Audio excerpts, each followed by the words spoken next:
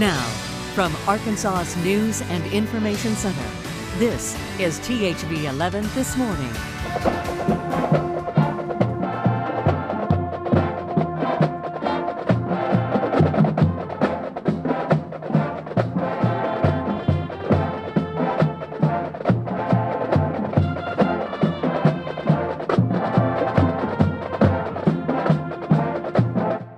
Music to start your day. They sound great. That's Conway High School's marching band. We're live in Town Square right now for the state's 7th largest city and one of the fastest growing. Such a treat as we continue our THV in Your Town tour.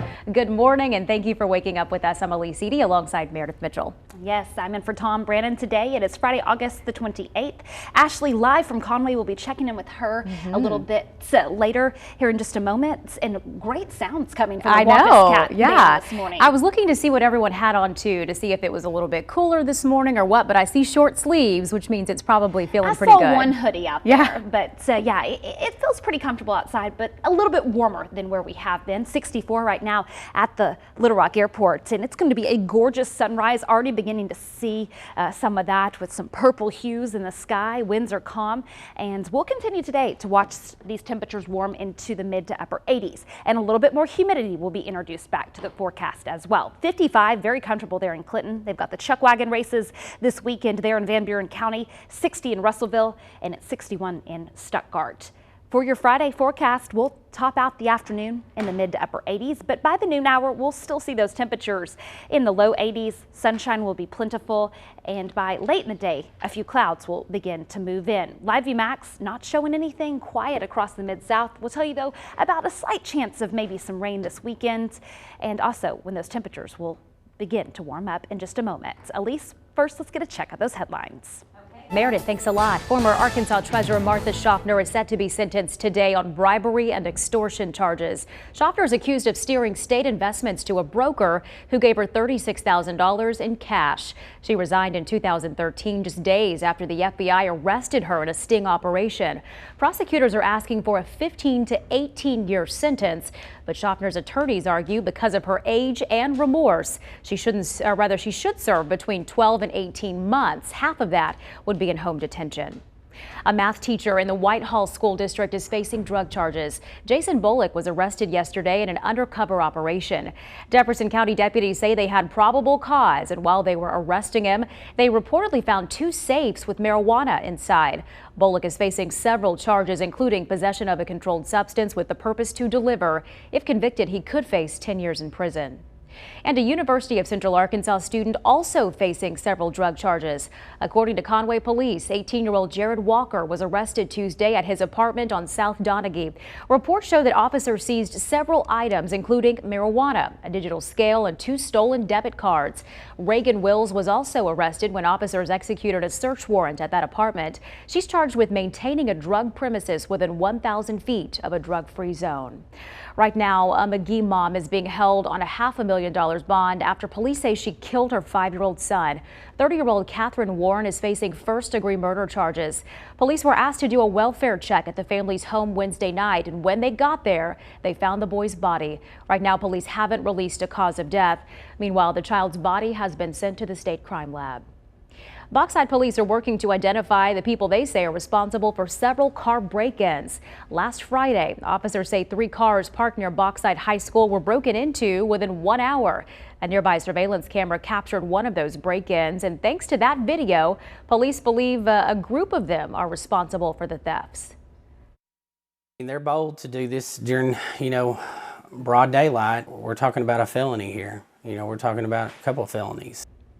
Police say the suspects were in 3 different cars, and they're looking for a gray Toyota Camry, a gold Honda Accord, and a dark blue or black Toyota Corolla. If you know anything about this, call Bauxite Police.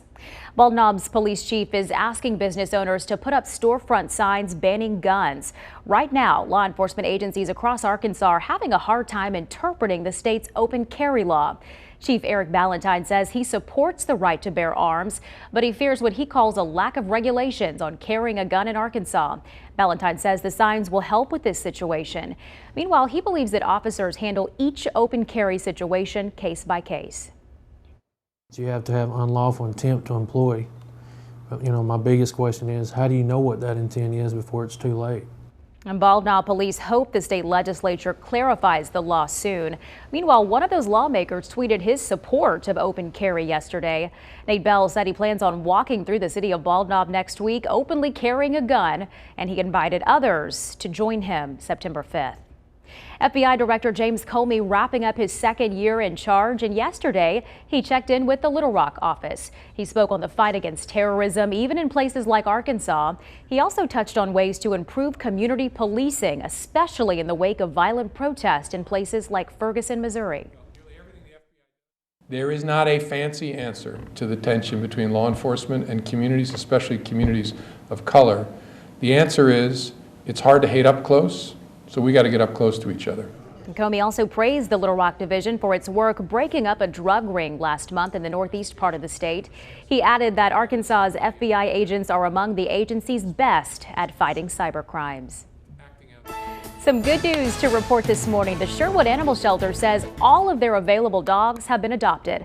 The shelter was near capacity just yesterday, and workers there feared they'd soon have to euthanize some of the dogs. It's not the case anymore, though. Workers say more dogs will become available Monday, but there are still some cats who need forever families. Parents and former administrators in the Little Rock School District are rallying against the state takeover. A group gathered outside of the central office on West Markham yesterday to draw attention to a new report. And that report shows that the takeover limits parental involvement and that the district may one day be privatized. The Citizens Advisory Board that replaced the elected board after the takeover met last night, but members didn't directly address the protest. The Maumelle Planning Commission votes down a proposal to expand a sand and gravel company on the city's waterfront. It was a packed house at the meeting last night. Many people there to oppose the plan to allow the Jeffrey Sand Company to expand its operation. They say it would ruin the view from their properties along the Arkansas River. In the end, though, the board decided the proposal didn't fit the zoning requirements. The company's owner offered no comment after the vote. And private donation is given to meet the very public demand for police cameras. Maumelle police say they're grateful for one man's generosity and commitment to his community. THP 11's Macy Jenkins has the story.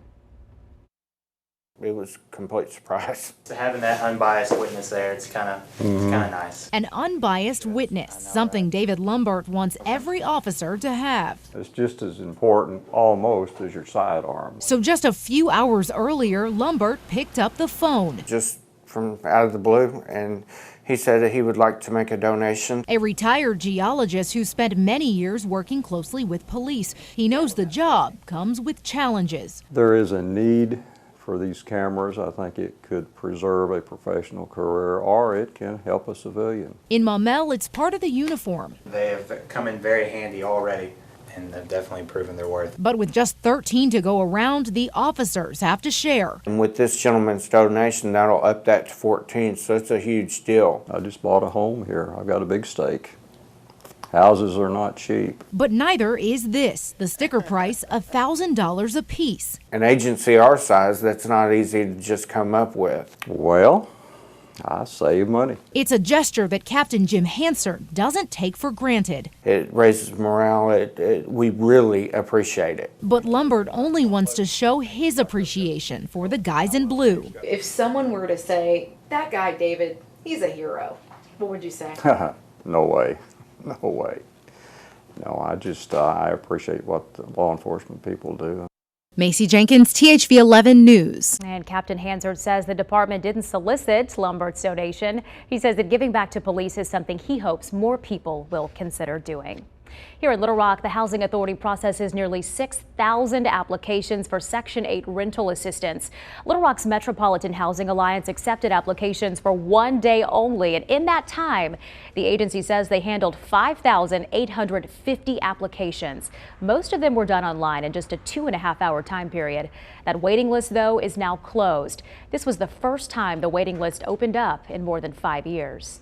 People in Roland are concerned over the future of Lake Maumelle and Lake Winona. Both provide drinking water to more than 400,000 people.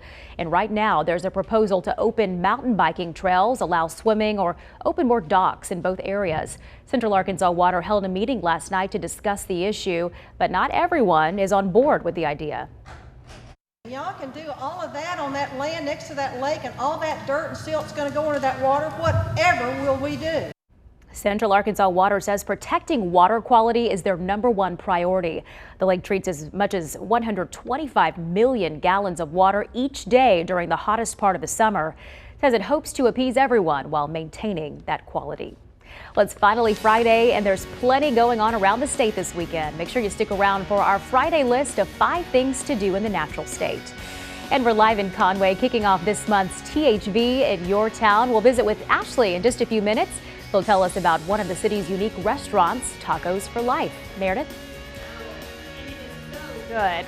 We'll have more on THV in your town and Conway coming up. Plus, the forecast looking great through the weekend. We'll have all the details after a short break.